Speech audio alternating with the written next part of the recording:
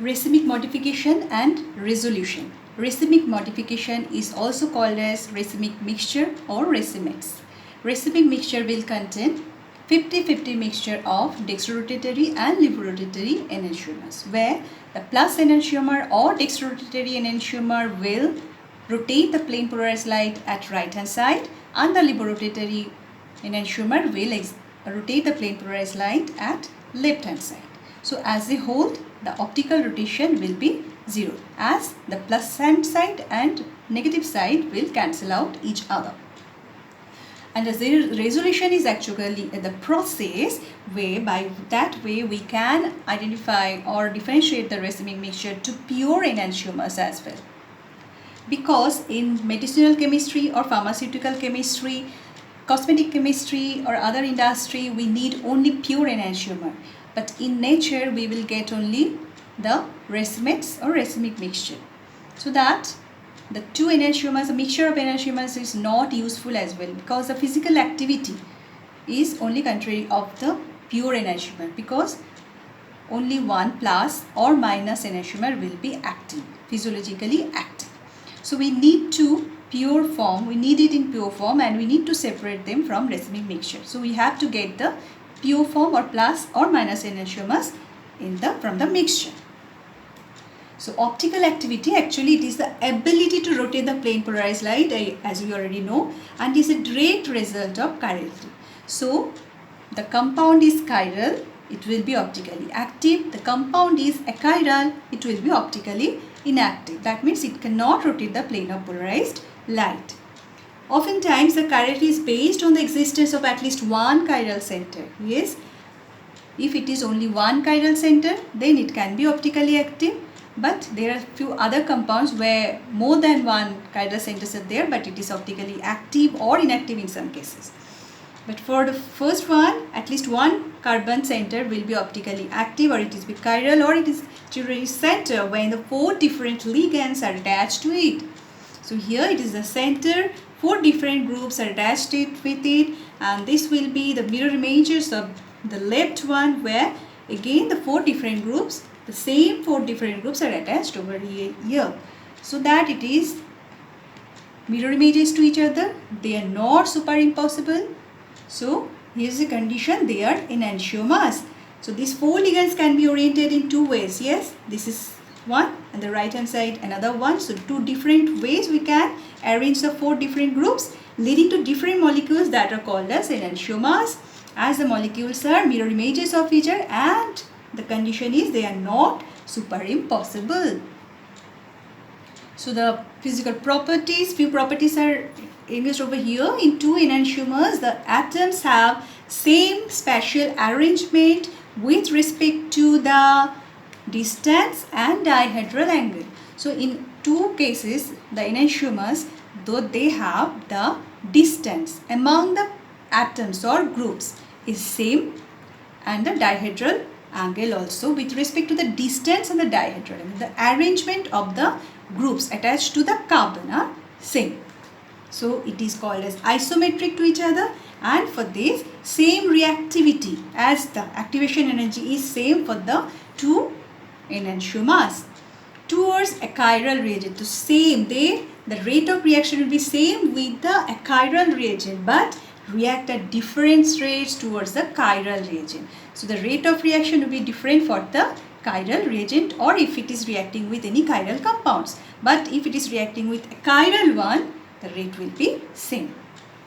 They have same physical properties as the atoms or the groups. They have the spatial arrangement, same spatial arrangement with respect to the distance and the dihedral angle. So the physical properties, because of the same distance among the groups, will be same. So the boiling point, melting point, refractive indices and other physical properties will be same. These are differ only in rotation of plane polarized light. So in 2 ways we can differentiate them. One is by rotation of plane polarized light, and other one is they will react with the chiral reagent at different rates. On the contrary, diastereomers have different spatial arrangement of atoms with respect to distance as well as diagonal angle. So here is the main difference, where the enantiomers have the spatial arrangement, same spatial arrangement, but diastereomers have different spatial arrangement. So they are anisometric to each other and they do not have the same activation energy. So the overall energy will be not same, and they react at different rates. Either it will be chiral or achiral reagent. So the rate of reaction for the achiral as well as chiral reagent will be different. They will differ in physical properties like boiling point, melting point, refractive index, chromatography, fractional crystallization and other results. May have opposite sign of rotation, may have optically inactivity. For the enantiomer it was opposite and equal sign, equal rotation sign, but here it may be opposite or may be optically inactive also. They can be separated by fractional crystallization, fractional distillation or chromatography method because they differ in adsorption due to different molecular shape and polarity, right?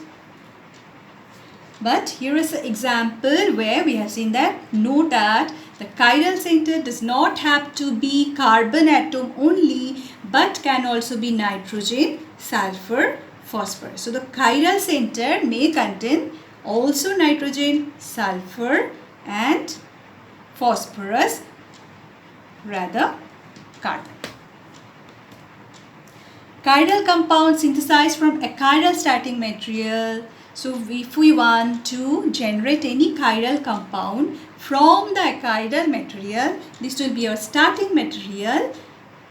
It may be the reagent, are generally racemates. So if we start from any achiral reagent to generate any chiral compound, it will be always a racemic mixture or racemates. So the resulting compound will be a 50-50 mixture of two enantiomers. Separation of racemates into their component enantiomers is a process called resolution. So resolution actually a process. By that way we can separate the enantiomers or racemates or racemic mixture in pure enantiomer. So we use for resolution of racemates few methods. One is physical method, two is chemical method and third one is biochemical method. But here we will study only spontaneous resolution method in physical methods, and in chemical methods category we will study diastereomeric salt formation. So first come on physical methods or spontaneous resolution. It is actually by the process of recrystallization of the compound, where two kind of crystals are mirror images to each other and they are not superimposable. Scientist Pasteur was able to separate the R and S isomers of tartaric acid with tweezers and a microscope due to the difference in their structure of their respective isomers. So in the recipe mixture he could pick up the R configuration and S configuration isomers by only picking up with tweezers and with the help of microscope due to their difference in structure, right? So Pasteur actually what he did, he actually separated only the plus isomers of the sodium ammonium tartrate. But the sodium tartrate can exist as well as left-handed and right-handed or dextro or laboratory enantiomer, as I called also hemihedral.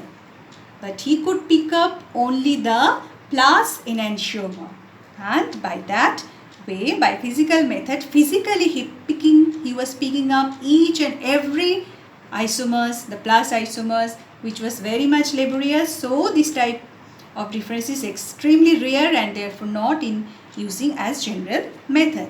So the next method was studied afterwards. Actually this is the tartaric acid crystal by which Louis Pasteur could his experiment. These two enantiomers, left hand side and right hand side, both are two types of enantiomer, left hand side, right hand side, plus form or minus form. They are the mirror images of each other and they are not superimposable. So two types of enantiomers, were separated out by picking up only tweezers, a very tough physical method. Further chemical method was generating, which is diastereomer salt formation. As we all know that diastereomers are different in physical properties, so this method is very useful, that the enantiomers first convert into diastereomer salt, and that diastereomer salt was ready for the separation out.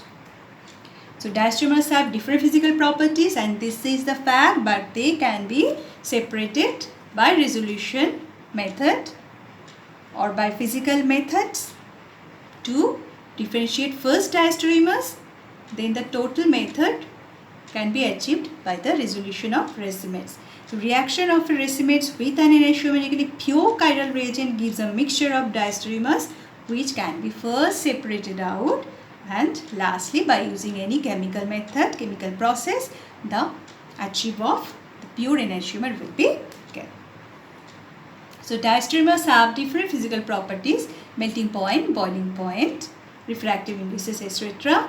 They can be separated very easily by physical method like fractional distillation method, fractional recrystallization method, or chromatography. But enantiomers differ only in reaction with other chiral carbon, but it is not reacting with a chiral one. So if it is reacting with chiral molecule, so the direction in which polarized light is rotated. So differ only on that way that the polarized light will be rotating at different ways. So enantiomers are difficult to separate. So because only two possible factors are there, by two ways only we can separate the enantiomers. One is by rotating the plane polarized light, and other one is by reacting it with any chiral compound. So enantiomers can be separated through transformation into diastereomers. Diastereomers mixtures can be ionic, covalent complexes, or inclusion compounds. So all these type of compounds, all these types of diastereomers are possible. And for this process we need some resolving agents to form the diastereomer salts. These can be readily available as pure enantiomers. This should be configurationally stable. This should be easy to store and should be low cost. So resolving agents, what can be that? If we take a racemic carboxylic acids, then we need naturally occurring chiral bases so that we can get the diastereomic salt, and they can be separated by usual physical methods. For racemic bases, if it is amines, we need naturally occurring chiral acid as resolving agents, because again the base and acid, they will generate the diastereomeric salts. For racemic alcohols, if it is alcohol, we need carboxylic acid, because we know carboxylic acid and alcohol, they will generate the diastereomeric esters.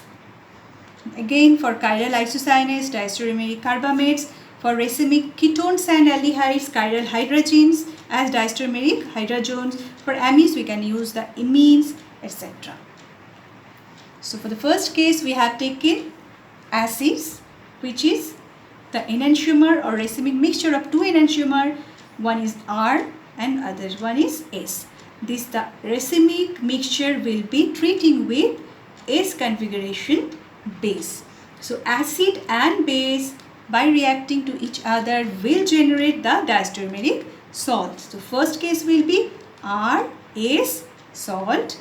Second one will be S, S, salt. So this is a mixture of diastereomeric salt, and they will be separated by routine methods by using maybe fractional distillation method, maybe fractional recrystallization method. So by that way, or by using any physical method, we have to separate them by different diastereomeric salt. And from each salt, by using HCl or in acidic medium, we can get separately the R acid and also the S acid. So we have got the pure enantiomers at last by using the diastereomeric salt method. For example, again 1,2 carboxylic acids over here. This is the mixture, racemic mixture of two enantiomer of two acids, same acid, two configuration, enantiomers.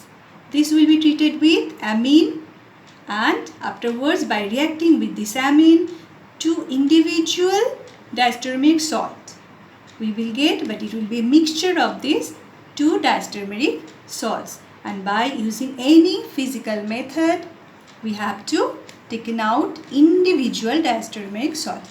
One is that and one is that. So we can separate out them by using physical methods very easily, and afterwards lastly by acidification we can get the pure enantiomer of each acid. See, same acid. Now this is the example with racemic bases. So it is the example of two enantiomers of amines. We have to react with acid because base and acid will generate the diastereomeric salt. So we have used here tartaric acid, which in presence of little bit alcohol, it will generate a diastereomic salt. Yes, this is diastereomic salt mixture. By physical method, we have to separate them out. So one diastereomic salt is over there, which will be on reaction with excess sodium hydroxide. We will get the pure enantiomer of this amine, right?